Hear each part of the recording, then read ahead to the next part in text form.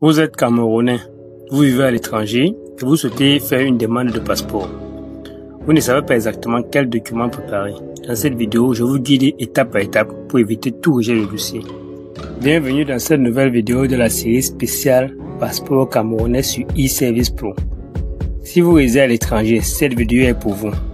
N'oubliez pas de vous abonner, de liker et d'activer la cloche pour ne pas rater les prochaines étapes importantes. Dans les vidéos précédentes, nous avons vu les documents nécessaires pour les demandeurs résidant au Cameroun. Aujourd'hui, on s'intéresse aux Camerounais qui vivent hors du pays. Mais avant de commencer, une présentation s'impose. Je suis Hervis Kago, entrepreneur web.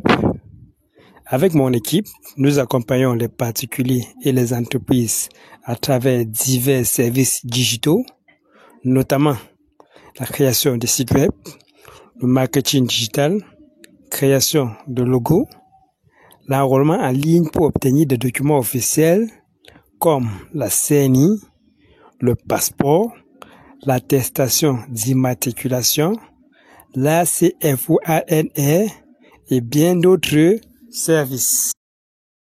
Alors, quels sont les documents exigibles pour les Camerounais vivant à l'étranger? Commençons par le cas des mineurs de moins de 15 ans. Voici les documents à fournir. Le récépissé imprimé après la phase de pré-enrôlement en ligne. Une photocopie certifiée conforme de l'acte de naissance.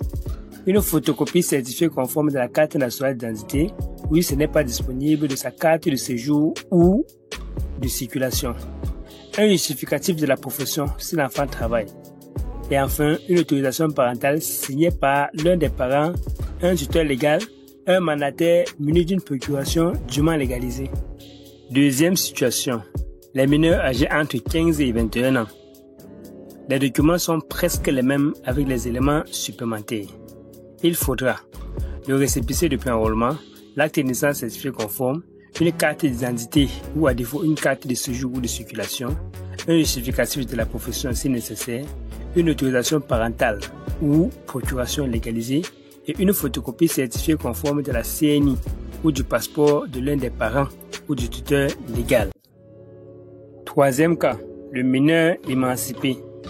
S'il est émancipé, l'enfant est traité comme un adulte. Voici les documents à fournir. Le récépissé de pré-enrôlement, une CNI ou une carte de séjour, un justificatif de statut social s'il y a lieu, et l'acte de mariage ou l'acte juridique d'émancipation. Et enfin, le cas des majeurs, c'est-à-dire les personnes âgées de 21 ans et plus. Vous aurez besoin de votre récépissé imprimé après pré-enrôlement, une copie certifiée conforme de votre acte de naissance, une photocopie certifiée conforme de votre CNI ou à défaut, une carte de séjour ou de circulation, un justificatif de la profession si nécessaire et une copie de votre carte de résidence ou tout autre document équivalent.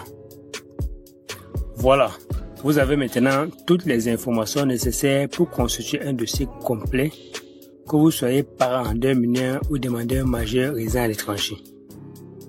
Je vous rappelle que tout commence par la phase de pré-enrôlement en ligne. Alors, pensez à le faire correctement. Et si vous avez besoin d'un guide PDF récapitulatif, je vous l'ai mis en premier commentaire et dans la description pour téléchargement gratuit. Si cette vidéo vous a été utile, abonnez-vous à e-Service Pro, activez la cloche pour ne rien manquer et partagez cette vidéo avec vos proches. Merci d'avoir regardé jusqu'à la fin. À très bientôt sur e-Service Pro pour plus de conseils et de services pratiques.